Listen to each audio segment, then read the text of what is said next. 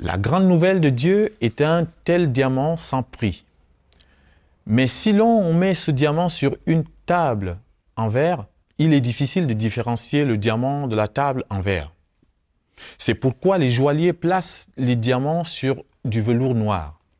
Contre la noirceur du velours, toutes les couleurs du diamant sont alors révélées. Dans Romains 1, 18, 20, Paul étale le velours noir, la sombre nouvelle du péché sur lequel brillera de mille feux le diamant de la grande nouvelle de Dieu. En fait, la scène change de façon dramatique. Nous sommes transportés dans un tribunal céleste, avec Dieu dans le rôle de juge suprême et Paul dans celui de procureur. À partir de Romains 1, 18 à 20 et jusqu'au chapitre 3, verset 20, Paul défend la cause de Dieu contre la race humaine. Paul débute son plaidoyer en lisant les accusations de Dieu contre l'humanité dans le verset 18. La colère de Dieu se révèle du ciel contre toute impiété et toute injustice des hommes qui retiennent injustement la vérité captive. La première accusation de Dieu est que l'homme étouffe la vérité par son injustice. Autrement dit, il couvre ce qu'il sait être vrai. Comme preuve, Paul cite à deux témoins, l'un au verset 19 et l'autre au verset 20.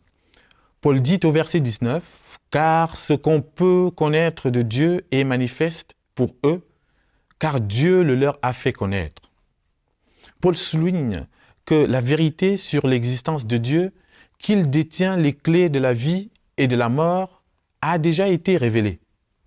Le témoin interne est la conscience, cette petite voix qui témoigne de Dieu, du bien et du mal dans le cœur de chaque être humain. Puis, au verset 20, Paul écrit que les perfections invisibles de Dieu, sa puissance éternelle et sa divinité se voient fort bien depuis la création du monde, quand on les considère dans ses ouvrages. C'est le témoin externe de la création qui chaque jour redit l'histoire des ténèbres transformées en lumière. Une nouvelle résurrection chaque matin, la constance du lever du soleil chaque jour, l'ordre des saisons, l'unité du cercle de la vie qui reflète l'intégrité du caractère de Dieu. C'est ainsi que toute personne sur terre vit chaque jour avec le témoin interne de la conscience, nous rappelons Dieu, de l'intérieur, et le témoin externe de la création, déclarant la gloire de Dieu autour de nous.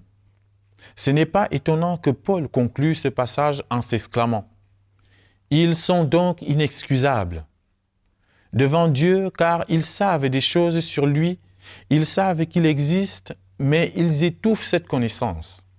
Je suis persuadé que lorsqu'une personne meurt et rencontre Dieu, elle n'est pas surprise de voir qu'il existe et qu'il est l'ultime et juste juge. Notre problème est que nous étouffons ce que nous connaissons. Ce n'est qu'une couverture.